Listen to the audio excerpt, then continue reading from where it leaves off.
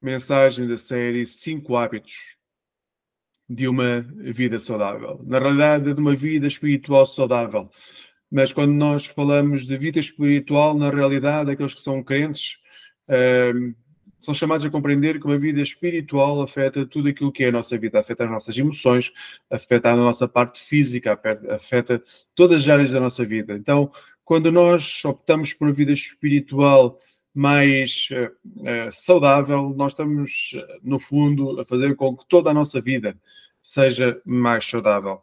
Ao chegarmos ao fim desta série de 5 mensagens sobre hábitos para uma vida saudável, nós fomos enfrentando as nossas lutas, certo? Nós fomos enfrentando a luta do que é ter um processo de solitude. Nós fomos enfrentando a luta do que é ter um processo de oração, o que é ter um processo regular de leitura da palavra, ter um processo de jejum. Todas estas disciplinas são disciplinas não porque nos castigam, mas porque são chamadas a serem vividas de forma regular, não esporadicamente. E isso é uma luta. Para quem não as tem, para quem nunca as desenvolveu, ter ou voltar a ter uma disciplina requer que se façam escolhas, porque nós vamos ter muitas vezes que abdicar de coisas que fazemos para que aquilo que não está na agenda voltem a estar na agenda ou entre na agenda. E uma disciplina espiritual requer isso, requer tempo, requer escolhas, requer decisões e requer que nós decidamos ou que seguir o caminho para estar mais perto de Jesus, o caminho de regresso à casa do Pai. Quando nós saímos do caminho onde andávamos, como refere a parábola do filho pródigo, quando nós saímos das pocilgas do mundo e queremos voltar para casa, nós temos que tomar decisões porque isso leva tempo. E as disciplinas espirituais é esse caminho que nós podemos escolher para ter consciência de que a casa do Pai está sempre à nossa espera, que está sempre diante de nós e é nos dada de forma gratuita através de Jesus Cristo. Hoje convido-vos a ler o texto que encontramos em Tiago 5, 13 a 16. Tiago 5, 13 a 16, o texto diz: quando algum dos vossos estiver em sofrimento, recorra à oração. Quando estiver contente, cante louvores a Deus. E quando alguém estiver doente, mande chamar os responsáveis da igreja para orarem por ele, derramando óleo sobre ele, em nome do Senhor.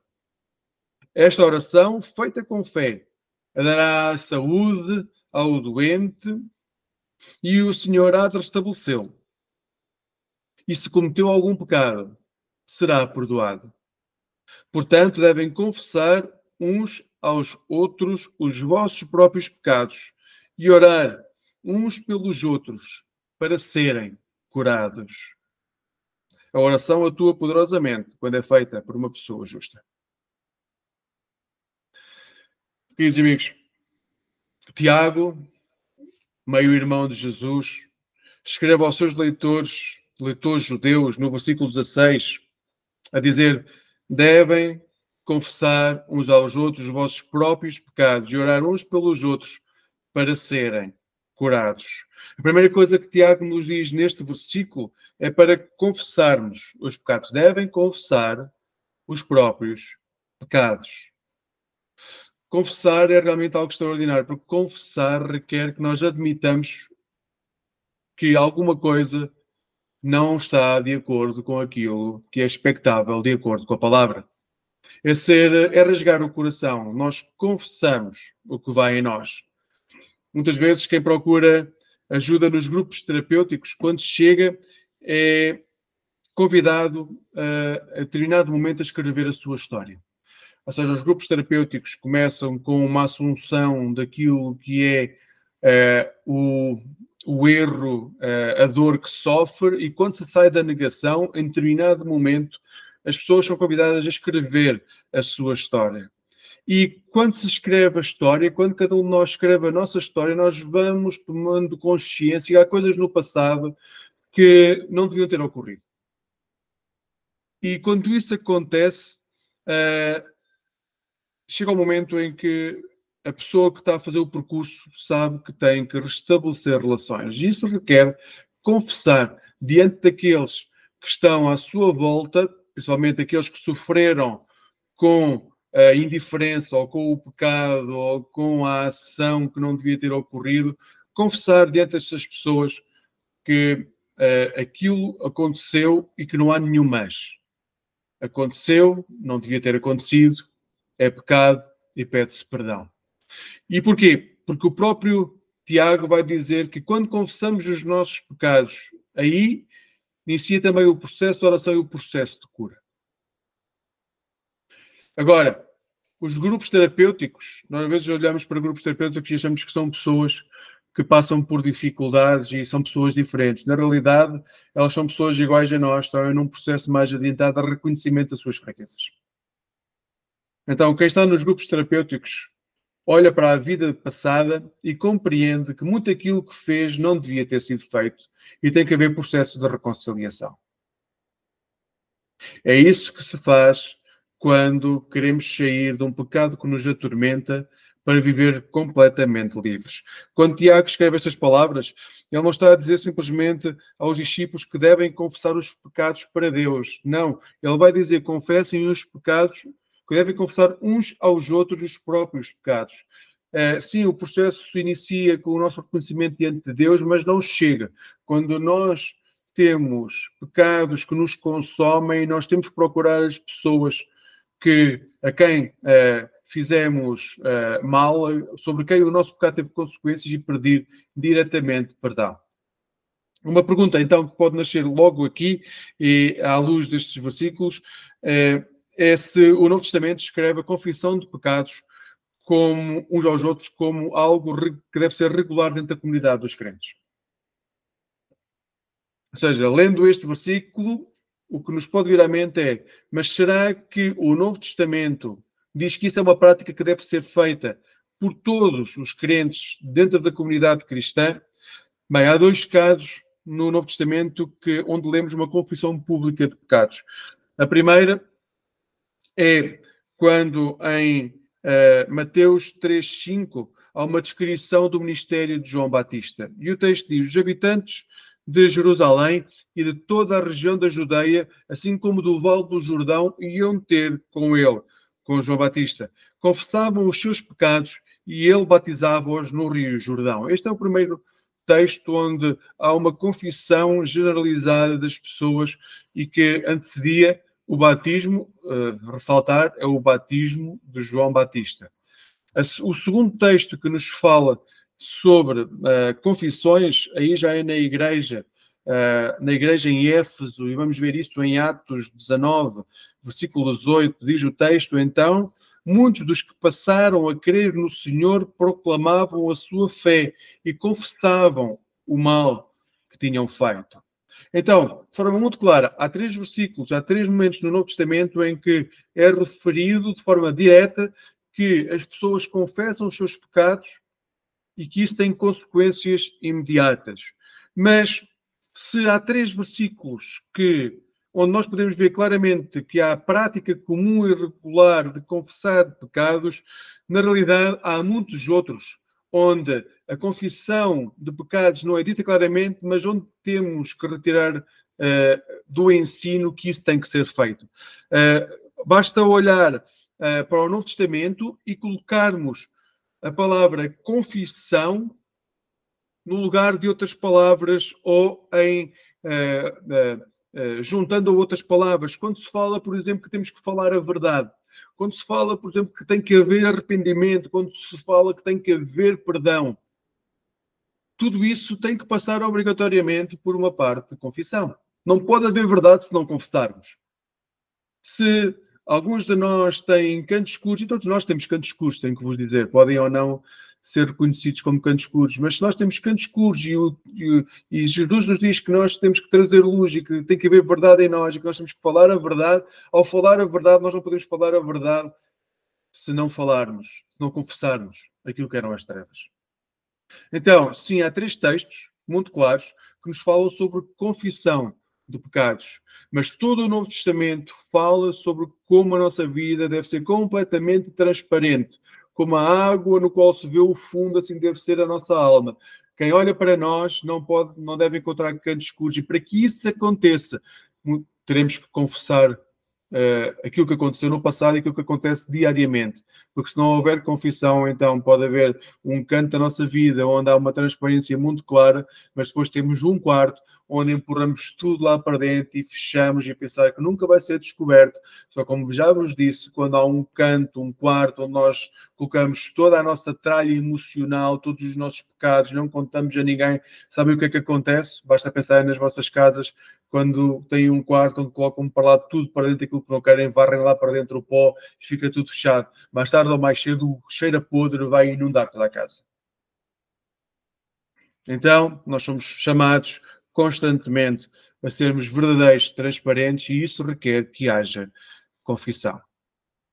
Então, para chegar ao ponto de podermos confessar verdadeiramente os nossos pecados uns aos outros, temos de passar por outras disciplinas espirituais, como já vimos. Então, para chegar à confissão, nós temos que ter um treino espiritual, porque senão a confissão pode ser caótica. Se nós não estamos preparados, nós podemos não aguentar o impacto de uma confissão. Então, tudo isto requer um processo. Nesse processo, tem sido as disciplinas que nós já vimos. Nós temos que passar pela solitude, para desfrutar da presença do Senhor, para deixar que Ele nos fale. Nós temos que passar pela oração, para falarmos a Deus daquilo que nos corrói. Nós temos que ler a palavra para podermos ver os nossos erros e ver como é que a palavra diz que nós podemos emendar os nossos erros. E muito provavelmente nós temos que passar por momentos de jejum, para sabermos que nós dependemos totalmente de Cristo. Que independentemente daquilo que dissermos, se for para trazer luz, vai haver consequências, como há sempre consequências com as nossas ações, mas apesar dessas consequências, nós estamos a agradar a Deus, porque estamos a ser verdadeiros, e Deus continua a ser soberano através de Cristo sobre as nossas vidas, então tudo irá correr bem. Irmãos, nós não devemos achar que uma mentira escondida é melhor do que uma verdade que traz dor. Porque uma mentira escondida, quando se descobre, não se traz somente dor, traz destruição completa. A nossa vida é a vida que eles estão à nossa volta. Então, amigos, vejam como é extraordinário o caminho que temos feito nestas semanas. Há lógica no caminho que estamos a fazer e o objetivo é sermos verdadeiramente livres e sermos curados. Hoje nós dizemos que quando confessamos os pecados uns aos outros, depois dos vários processos de disciplinas espirituais, nós podemos ser curados. Então, desde o ponto de vista bíblico, a confissão não é somente um relato de um facto. Uma confissão verdadeira requer arrependimento. Nós, quando confessamos os nossos pecados, nós não dizemos, olha, isto aconteceu ontem, ponto final, já te falei, já fiz aquilo que a Bíblia pede. Não. Quando nós entramos num processo de confissão, há algo que tem que acontecer antes em nós. Tem que haver arrependimento, tem que haver quebrantamento. E só nasce de um processo de oração prolongada. É isso que nos diz todo o texto que lemos de Tiago. A oração é essencial para que quando há confissão, a confissão nasce de um processo de restauração já previamente trabalhada junto do Pai. E é todo este processo que nos leva à cura emocional e cura espiritual. Às vezes achamos que passamos por tempos de dor e de sofrimento e que espiritualmente estamos mortos. Não, na realidade nós estamos feridos, estamos muito feridos, porque há coisas que deixámos no nosso coração ao longo de décadas que não deviam lá estar. E quando isso acontece, tem que haver confissão. Porque quando há confissão, diz Tiago, a cura chega às nossas vidas. Muitas das nossas doenças têm origem no nosso sistema emocional. Não é que atraiamos o mal quando pensamos no mal. O mal está sempre presente, o mal veio ao mundo assim que o ser humano pecou e está sempre presente. Mas quando emocionalmente estamos em baixo, quando espiritualmente nos afastamos do Pai e emocionalmente ficamos mais em baixo, o mal entra na nossa vida. Então, nós tendemos com esse desleixo emocional a ir perdendo o sopro da vida que Deus soprou em nós quando nos formou do barro. É como se esse sopro fosse esvaindo, ele fosse diminuindo. E como o nosso espaço tem que ser ocupado por alguma coisa, se não é ocupado por Cristo, é ocupado por outra coisa qualquer. E o mal tende a ocupar o espaço que não é ocupado por Cristo. É como se nós estivéssemos a desistir e apenas precisássemos de uma desculpa. Quando nós emocionalmente entramos em depressão, em falha emocional, o que acontece é que é uma porta aberta para que sejamos inundados por aquilo que não é de Cristo. Então, quando confessamos os nossos pecados, quando confessamos aquilo que de mal aconteceu em nós, o peso que pendia sobre os nossos ombros, isto é uma coisa extraordinária, o peso que pendia sobre os nossos ombros deixa de estar, porque nós tomamos consciência que já veio alguém antes de nós que colocou sobre os seus ombros esse peso que foi Cristo. Mas isto é um processo, não há forma de nós acordarmos um dia e dizer, hoje quero. É um processo de reconhecimento. Quando a nossa consciência muda, diz o apóstolo Paulo, temos que mudar a nossa consciência para que toda a nossa vida mude. Assim, gostava que soubessem que há 3 consequências quando confessamos as nossas falhas. Primeira, quando admitimos as nossas falhas para nós mesmos, iniciamos o processo de cura. Ou seja, quando não conseguimos ser honestos connosco mesmos, o peso do passado corrói o nosso interior. Entramos em depressão e o nosso corpo começa a falhar com doenças físicas. Vejam como o salmista coloca o que acontece a quem está em negação, a quem não reconhece, a quem não consegue confessar. Enquanto eu escondia as minhas falhas, diz o salmista, as minhas faltas, chorava todo o dia e o meu corpo definhava. Quando o salmista escondia as suas faltas, as suas falhas, quando o salmista tentava parecer para os outros aquilo que não era interiormente, diz ele chorava todo o dia, ele não conseguia com o peso da culpa e o seu corpo definhava.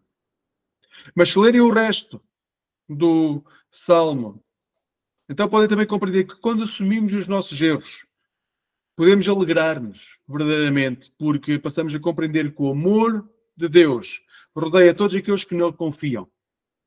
E isso transforma a vida daquele que confessa. Desde o mais íntimo do nosso ser, passamos a adorar a Deus e a reconhecer quem Ele é. A segunda coisa que vos quero dizer, então, a primeira é quando admitimos as nossas falhas para nós mesmos, aí iniciar o processo de cura. Temos que sair da negação. A segunda coisa é quando admitimos as nossas falhas diante de Deus, recebemos perdão. E isto é extraordinário. Se confessarmos os nossos pecados a Deus, se falarmos a verdade em arrependimento, é o próprio Deus que nos dá o perdão e nos aceita de novo à sua mesa. Vejam o que diz 1 de João 1,9. Se confessarmos os nossos pecados. E como vem, este versículo recorda que confessar não é só relatar factos. É um processo de quebrantamento. Se confessarmos os nossos pecados, Deus, que é fiel e justo, perdoará os nossos pecados e nos purificará de todo o mal. Isto é extraordinário. Se confessarmos os nossos pecados, Deus é fiel e justo e é Ele que vai perdoar e purificar-nos de todo o mal que habita em nós. Então, segunda coisa, quando admitimos as nossas falhas diante de Deus, recebemos perdão. E a terceira coisa, quando admitimos as nossas falhas diante dos outros, recebemos liberdade. Recebemos liberdade quando confessamos as nossas falhas diante dos outros. Se confessarmos os nossos pecados àqueles que nos rodeiam, libertamos-nos do peso do passado, já que o próprio Deus declara que a morte de Cristo foi suficiente para cobrir os nossos erros e as nossas falhas. Vejam o que diz Mateus 5, 23 e 24. Quando fores ao templo levar a tua oferta e ali te lembrares que o teu semelhante tem alguma razão de queixa contra ti, quando a pessoa que está ao teu lado tem algo contra ti e esse pecado te pesa na consciência, deixa a oferta diante do altar e vai primeiro fazer as pazes com o teu semelhante. Depois volta e apresenta a tua oferta.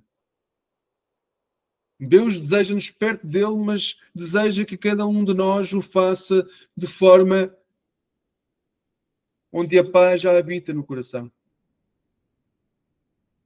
Que sejamos livres. E para sermos livres, não podemos ter o nosso passado a cobrar-nos com sentimentos de culpa e de destruição. Dietrich Bonhoeffer, um pastor alemão que acabou por morrer durante a Segunda Guerra Mundial. Ele escreveu: a confissão na presença de um irmão é o tipo mais profundo de humilhação.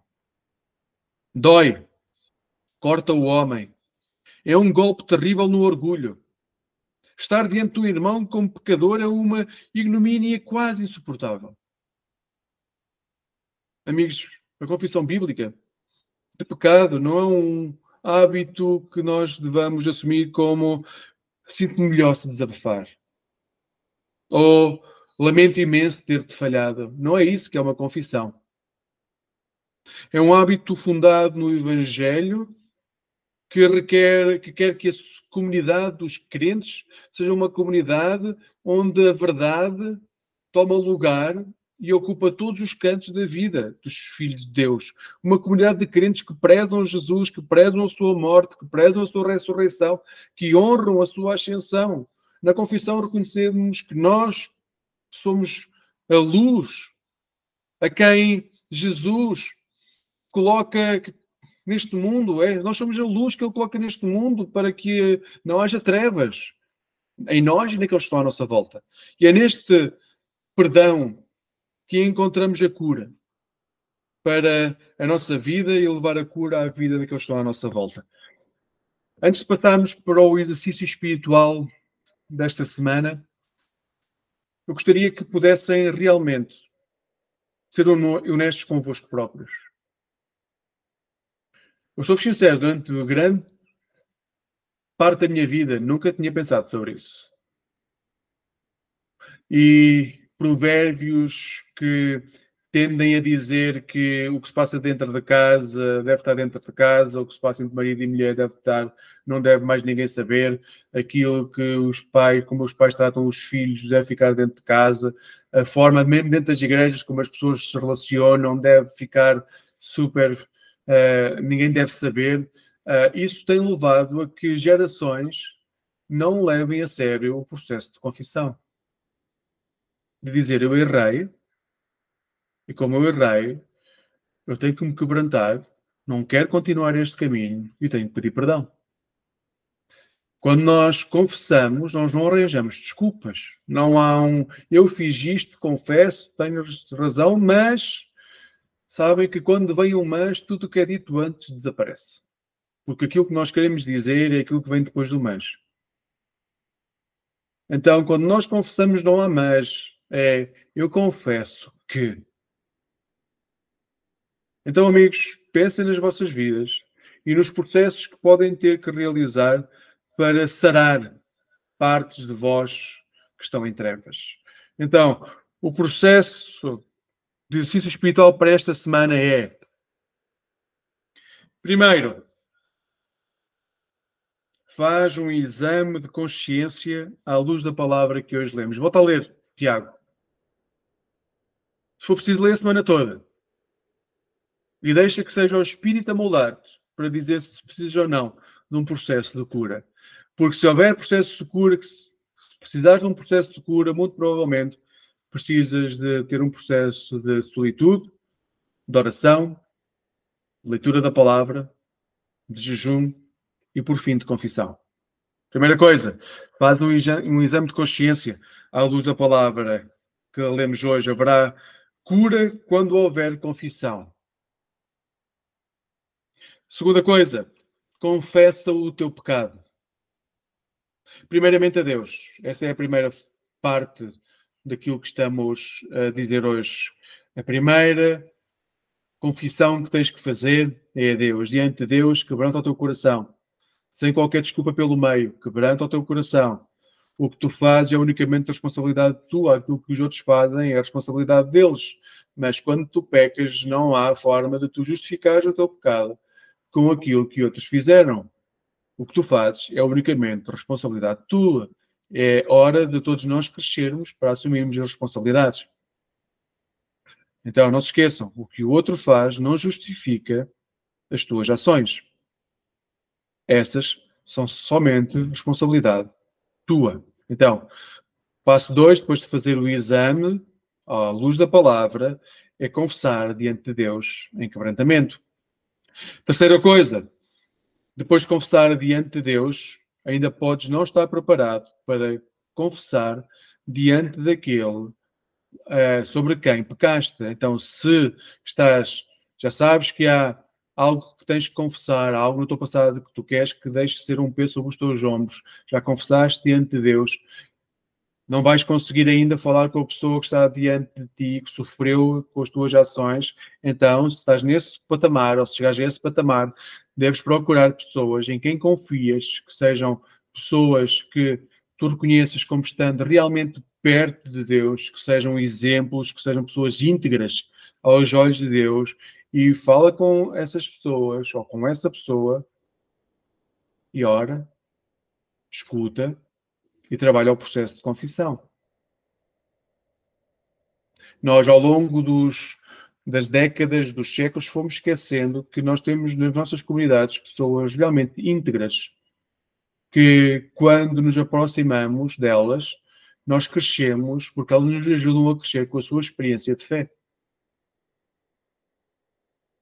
É verdade que temos que ser sábios na escolha, e por isso é que há uma liderança de igreja que pode encaminhar, que pode apoiar, mas se não estás ainda capaz de confessar diante de quem tens que confessar, mas já reconheces que há essa necessidade, procura pessoas sábias para que te possam ajudar nesse processo. E tenho que vos dizer, esses processos podem demorar uma semana, como podem demorar anos. E aí é por isso que precisas de uma pessoa sábia, porque nesse processo essa pessoa vai te acompanhar o tempo que for necessário até que tu estejas preparado para fazer a confissão. E por fim, quarto ponto, confessa o teu pecado ao teu próximo. Depois de quebrantares, é tempo de confessares o que tem de ser confessado. Pode ser a quem magoaste com palavras e ações, pode ser a quem magoaste através de algo que a pessoa ainda nem sabe que aconteceu, e por isso é tempo de confessar. Sei que é assustador esta parte, mas a verdade é que a palavra de Deus diz que trará cura. Terá cura para ti, terá cura para a pessoa que está ao teu lado, terá cura para o relacionamento em causa, terá cura. Porque a luz inundou o que antes era trevas. Eu acredito na palavra. É isso que testemunho neste momento para vós. É tempo de trabalhar em processos de cura. Amigos, há cura realmente se trouxermos a verdade à nossa vida. Na realidade, as disciplinas espirituais não são mais do que a possibilidade de termos uma vida espiritual saudável, uma vida emocional saudável, ter relacionamentos saudáveis, porque quando a luz e a verdade de Cristo incidem sobre a vida do crente, é isso que acontece. Deixa de haver medo. Deixa de haver medo. Porque quando há o amor de Cristo, não há medo. Quanto mais conhecemos a Deus, mais passamos a conhecer-nos a nós próprios. E quando isso acontece, maior é a esperança que nasce em nós. E quando isso acontece também, então podemos experimentar verdadeiramente a glória de Deus na nossa vida. E é isso que desejo para cada um de vós. Que a glória de Deus vos inunde através de Cristo Jesus. Que Deus nos ajude.